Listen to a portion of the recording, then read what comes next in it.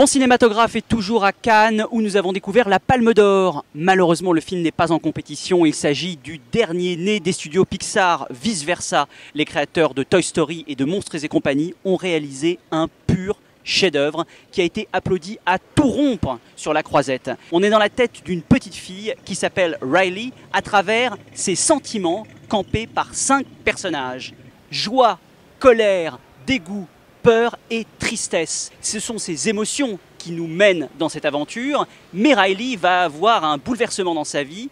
Avec ses parents, elle quitte son Minnesota natal pour la Californie et ses émotions vont être elles aussi totalement chamboulées. C'est une merveille de créativité, d'inventivité, d'intelligence, d'émotion. C'est un film sur l'enfance qui se perd, mais qui reste encore en chacun de nous.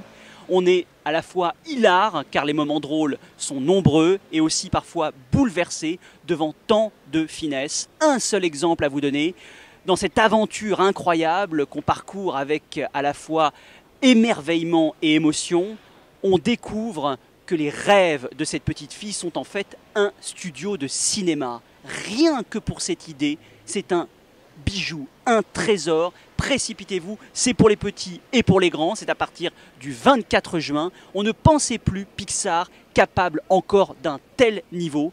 Il y a décidément dans l'animation Pixar et les autres. Riley a au moins 272 raisons de flipper, c'est une catastrophe. Sans parler de cette odeur et de cette crasse. On va passer une belle journée qui deviendra une belle semaine, qui deviendra une belle année, qui deviendra une belle vie. Express yourself. On va faire la liste complète de tout ce qui devra enthousiasmer Riley. Express yourself. Parmi les pires scénarios, on a être interrogé par le professeur. Riley, tu veux bien te présenter en quelques mots? Oh non, elle va pas faire ça. Elle va nous interroger. Express yourself.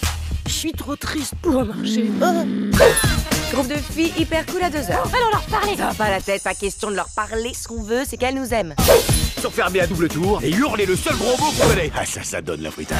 Vous savez, vous êtes pas obligé de venir à tous mes matchs. On a un énorme problème. Quoi? Tu plaisantes? Je ne veux pas en rater un. Alors là, c'est tout sauf cool. Express yourself. Mais qu'est-ce qui se passe? Hé, tristesse. T'as touché au souvenir. Tu es sûr que ça va? Je sais pas trop. Parle-le. Laisse-moi lâcher. La mémoire centrale. C'est n'importe quoi.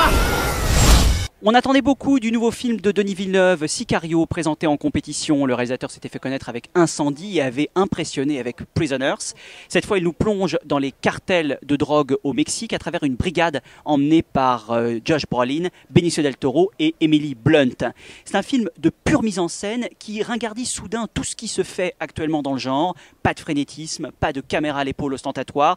Non, Denis Villeneuve fait confiance à la mise en scène avec des plans très élaborés, très minutieux, des mouvements très travaillés. Le film est également nourri d'un rythme très singulier qui nous immerge progressivement dans cette histoire. C'est un film d'une grande intensité avec des séquences vraiment de mise en scène purement stupéfiantes. On voit mal comment les frères Coen pourraient être insensibles à ce film qui rappelle certains de leurs classiques. On pense notamment à No Country for Old Men. Et ils partagent également le même chef opérateur, le grand Roger Deakins. On espère, nous en tout cas, que Sicario de Denis Villeneuve aura une place de choix au palmarès.